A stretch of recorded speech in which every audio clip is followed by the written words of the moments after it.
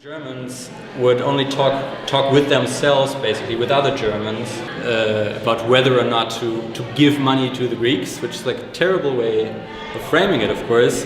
But that's what happened. And that's why, I don't know, 90% or 80% of Germans were against the alleged bailout for the Greeks. Now, if we start talking about this common project called Europe, then we'll be able to have other political conversations, like have an actual kind of building in which we can talk about an agora, in which we can talk about European democracy, about the social Europe, solidarity, and so on. Basically, we think like it's these institutions.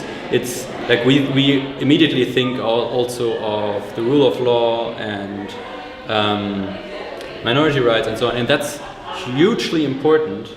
But it's equally important to think of democracy as something that's lived, rather than like just going to an election every 4 or 5 years. Like that's not democracy, because you're not really involved in any kind of decision making, in anything kind of like caring for yourself or your community in any kind of collective way, on a global scale, but also on a really local scale. Like I think this is a common problem that we have everywhere, that democracy has been in demise for decades. At least 3 parties that I would really like to vote for, so I'm still undecided, but not because I'm so frustrated, but because I'm so excited actually. So the first is DiEM25. I really recommend for everyone to check out their program, which is called European New Deal. From the grassroots, they build up this great program, like which covers a lot of ground, from climate politics to economic politics to social politics. They also manage to always connect